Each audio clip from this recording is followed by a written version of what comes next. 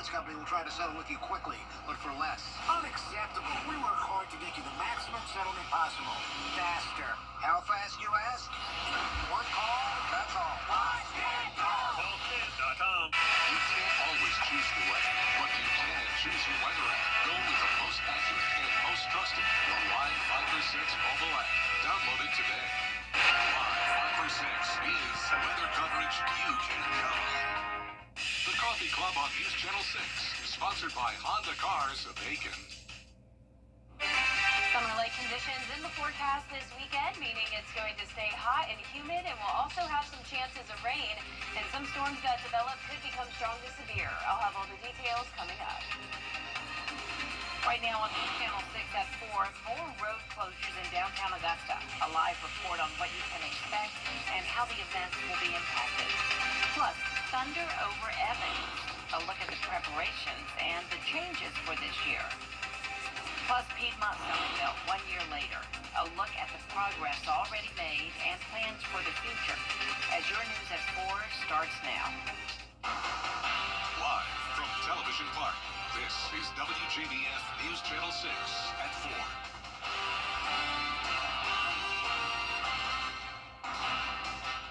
Good afternoon, everyone. I'm Jenny Montgomery. Thanks so much for joining us. Coverage you can count on begins in Aiken County, where the sheriff's office is investigating a deadly accident. It happened last night on Sheraton Drive near Atomic Road during a traffic stop. Deputies say the driver drove away and crashed near the entrance of Kimberly Clark. 16-year-old Jaquavis Baptiste was a passenger in that vehicle. He died at the hospital. Also in Aiken County, a woman hit on Wagner Trail Road has died. According to the Aiken County coroner, 25-year-old Cheryl Haynes was riding an electric bicycle Thursday night. The coroner says she disregarded a stop sign and was hit by a pickup truck. Aiken's Department of Public Safety needs your help to find a suspect. 28-year-old Bennett Wiggins is wanted in connection to a hit and run that happened yesterday on East Pine Log Road at Powerhouse Road. He's also facing additional charges, including possession with intent to distribute marijuana. If you know where Wiggins is, call the Department of Public Safety. The number there, 803-642-7620. You can remain anonymous. The Richmond County Sheriff's Office needs your help to find 2 people they want to question about a suspicious death. Jessica Sperling and Kelly McBurney are both wanted for questioning in connection to the death of David Grigg. He was found dead in a home Tuesday on Harding Road in Augusta. If you know where they are, call the Sheriff's Office. If you're heading downtown to an event at Bell Auditorium, you may encounter some traffic issues on Telfair Street. Not only are there events tonight, but graduations for Richmond County schools will take place there as well. Graham Lee is live outside the Bell Auditorium now. And Graham, this construction is having an impact on everyone heading downtown.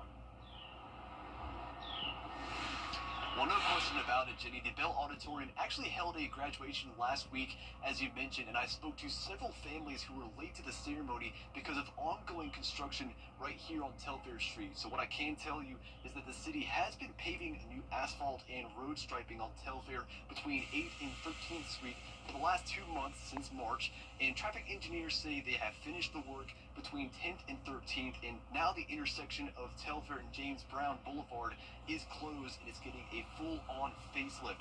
Now, in terms of the consequences, while some of those families I mentioned were late to graduation last week, others tell me this construction has even forced them to close their own businesses.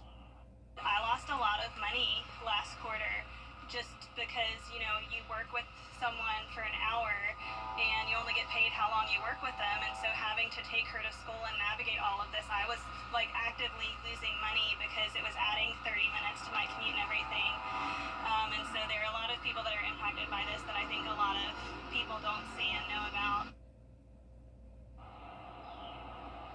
So traffic engineers say the intersection of Telfair Street and James Brown Boulevard will be closed for at least the next 2 months. Now, in terms of parking and what they're encouraging you to do, the best way to get your place to park is to take the 7th Street and go to the parking lot over by the old James Brown Arena. There's also parking spaces along the main roads in downtown. In terms of detours, you also have the detours going along certain streets around downtown as well. That's going from 10th to Green Street.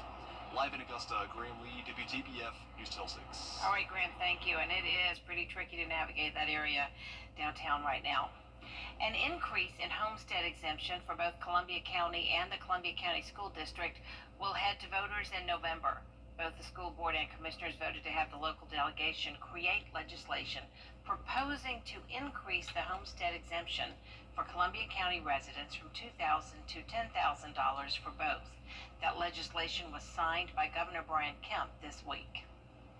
Turning now to weather and very hot temperatures with Chief Meteorologist Jenna Petracci. Yeah, that's right, Jenny. It is really hot out there. I mean, it feels like July more so than May. And you can see here on our Terry Lambert Hyundai Skyview cam, we have a good amount of sunshine, but we do have these pesky high-level clouds, and that's making for that hazy sunshine today. Our Terry Lambert Hyundai Skyview cam showing nice dry conditions, though, at Augusta Regional Airport. It's around 3 to 6 degrees warmer than yesterday across the CSRA, putting us in the lower 90s.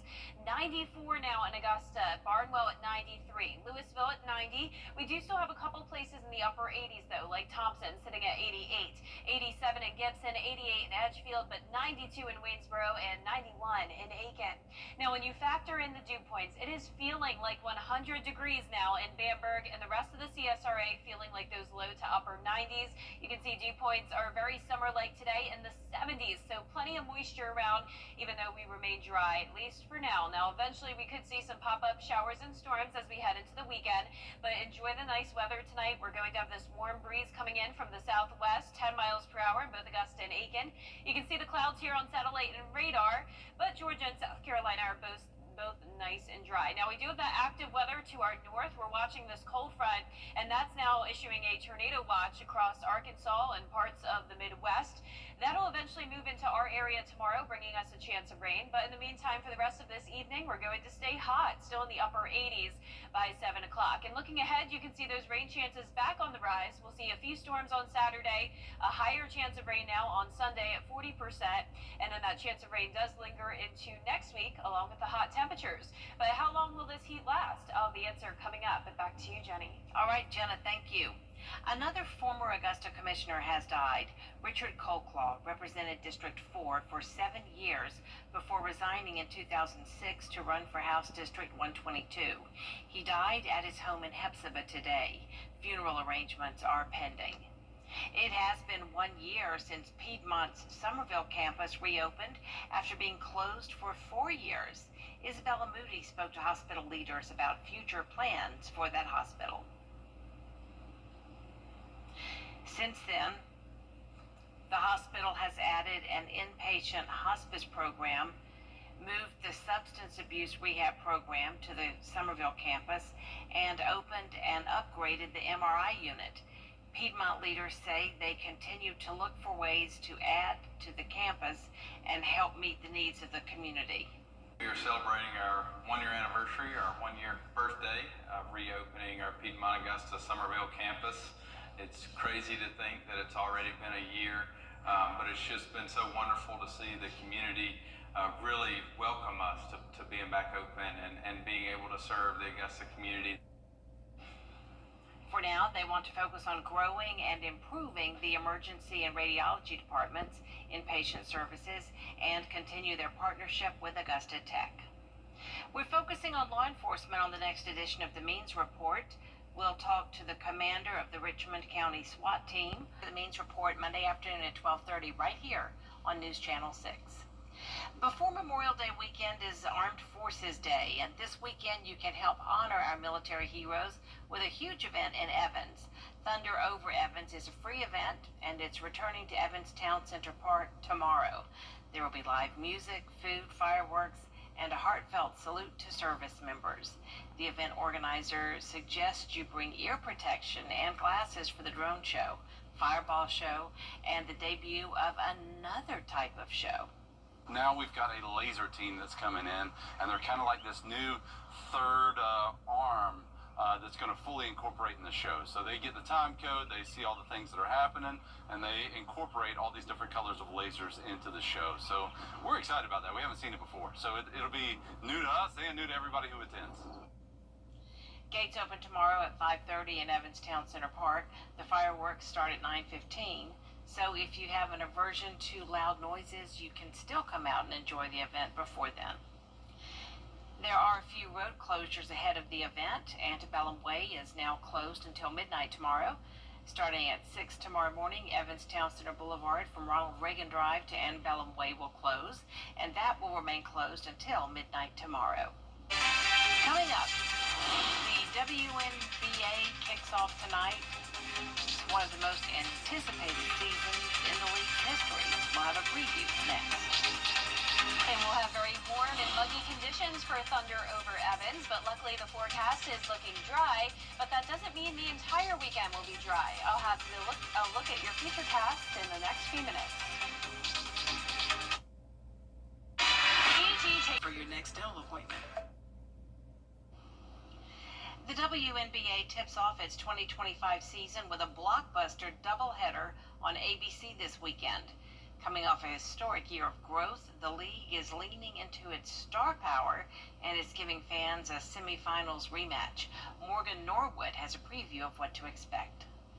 2024 was a banner year for the WNBA, the most watched regular season in 24 years, with record-breaking attendance, digital consumption, and merchandise sales. The momentum from last year is carried over in a big way. And there are some new additions to the league this season, including a new franchise, the Golden State Valkyries. And just last month, the Dallas Wings select Paige Beckers. Paige Beckers joining the Dallas Wings as the top pick in this year's draft, fresh off leading her Yukon Huskies to win the NCAA national title. The action on ABC tips off Saturday at 1 p.m. Eastern, with the defending champion New York Liberty taking on the Las Vegas Aces, a rematch of last year's playoff showdown. The Liberty roster largely unchanged from their championship-winning team, with stars Brianna Stewart and Sabrina Ionescu. The Aces, meanwhile, have a new look, acquiring Jewel Lloyd in the offseason, and reigning MVP Asia Wilson still in the fold.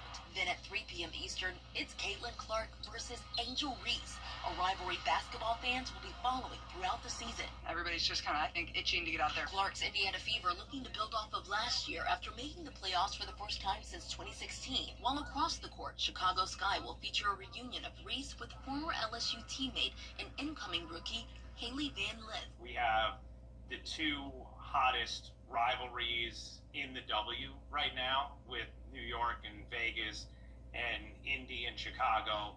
We have the best player in the world in Asia Wilson playing. We have the most exciting player in the world in Caitlin Clark playing. I just think we're going to see a really highly competitive, high quality of basketball. Two marquee matchups, four superstar-filled teams, and one afternoon to launch what could be the WNBA's biggest season yet. Morgan Norwood, ABC News, New York.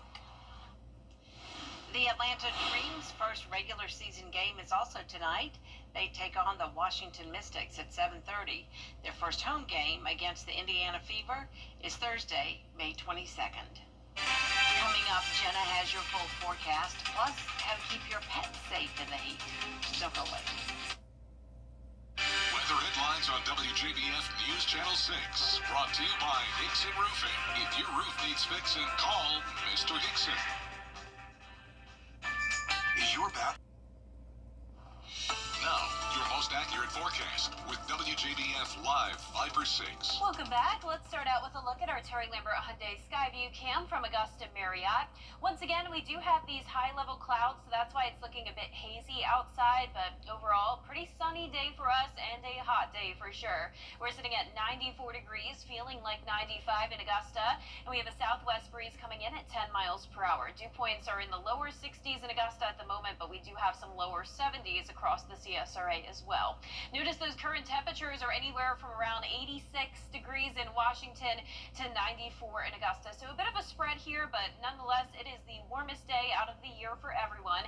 And a lot of places in the southeast are seeing 80s and 90s today. Augusta is one of the hottest places, though. But check out Tallahassee, almost at the 100-degree mark on this May day. Now, you can see on satellite and radar, we have some clouds passing by, but no rain at this time. A severe thunderstorm watch is in effect to the north of us, and then we also have a tornado watch to our northwest. Now, no worries about any storms tonight or throughout early Saturday morning, but once we get later on into the morning, that's when we will have the chance of rain and maybe a few thunderstorms as well. But tonight, starting around 10 o'clock, you'll notice those winds start to pick up out of the southwest, around 25-mile-per-hour wind gusts. Then overnight through early Saturday morning, we'll see those gusts increase to around 35 miles per hour. And then throughout the day on Saturday, we'll still have a breeze. So keep that in mind if you're headed up to the lake. It will be a breezy day over there. Not quite as hot, though, on the lake. We'll be topping off at around 85 degrees. UV index will be high, though, and even though the temperatures are a bit cooler, it'll still be feeling like the low 90s across the CSRA with that high humidity. Now, we also are under a marginal risk of severe weather for everyone on Saturday. That's for the possibility of damaging wind gusts and hail. So even though it is going to be a great weekend to spend some time outside and feel the nice summer-like conditions, just stay weather aware because these storms could pop up kind of suddenly and they can easily get strong to severe, just like they tend to do in the summertime. So here's our future cast tomorrow at 6 a.m. Our northern counties will start to see some light rain first, and then notice a lot of that activity does break apart. So this model run is looking pretty good, not showing much strong to severe storm potential, but we do have some additional models that are showing some more storms pop up into the afternoon. I am thinking for the most part it will be a dry Saturday night, though. We'll have some on and off cloud cover, and Sunday morning starts out dry. But then same thing, we could have another complex of thunderstorms develop, and we could see some of those storms start to pop in the afternoon. Now, we don't really need any more rain. Notice the drought monitor has updated, and now we're just seeing that first phase of drought for some counties like Richmond, Columbia, up towards Lincoln and McCormick. But overall, much better conditions. We have had over 4 inches so far for the month of May, and no chance of rain for the rest of tonight, but those rain chances do go up to 40% on Sunday. Most of that activity in the afternoon and evening. Then another 40% chance of rain and storms on Wednesday. Now, that cold front that comes through on Wednesday will also come with a cool down. Notice those high temperatures will be dropping down to the upper 70s, which I'm sure we're all going to welcome that after this heat. Lows tonight will be summer-like in the low 70s. Highs tomorrow will be in the mid to upper 80s. Some places getting to 90 like Augusta.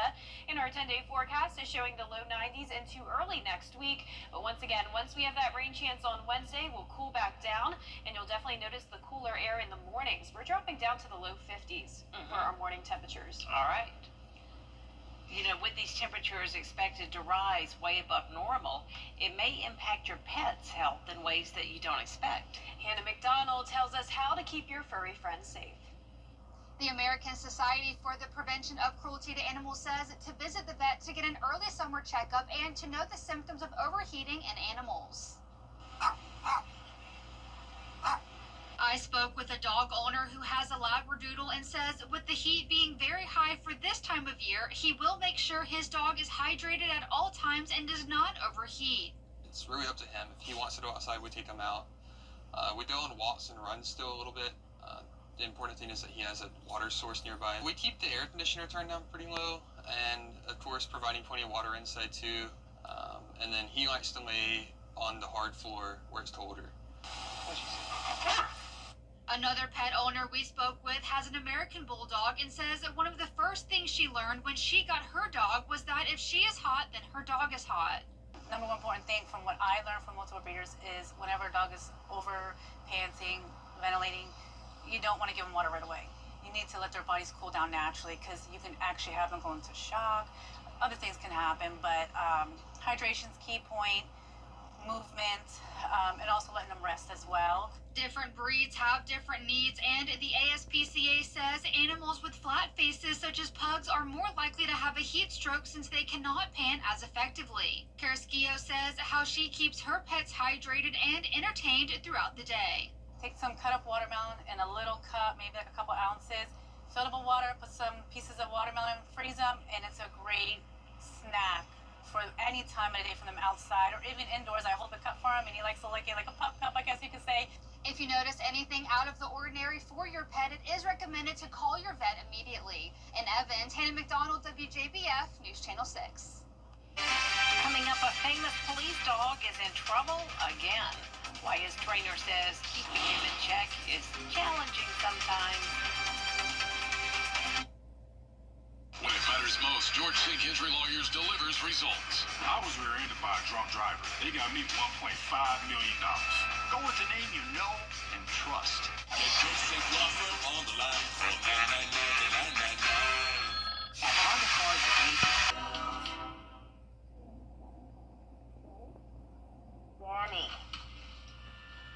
See me after class.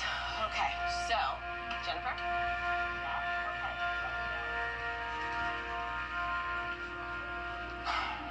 Danny, I received this notice from school. We need to talk. This is important. Call. Danny, wake up!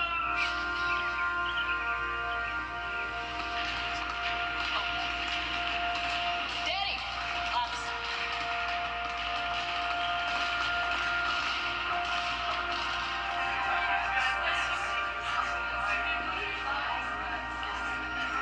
Danny! Danny! She's overdosing. When no one else knows what to do, it's gotta be you. Carry naloxone. You can save a life. George St. Hendry Lawyers delivers results. China's first police corgi named Fuzai was on patrol when he stopped to grab a sausage out of a young girl's hand. Fuzai's trainer apologized, and they even went to the girl's kindergarten class to give her new sausages and gifts. Earlier this year, the dog lost his year-end bonus for sleeping on the job, but when he's not causing trouble, he's actually very good at detecting explosives.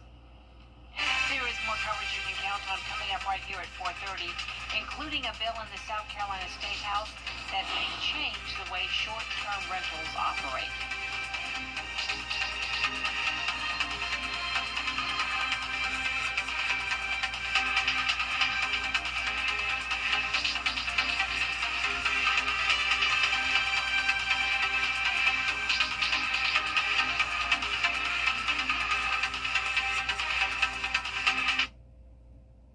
If you think tariffs are not affecting prices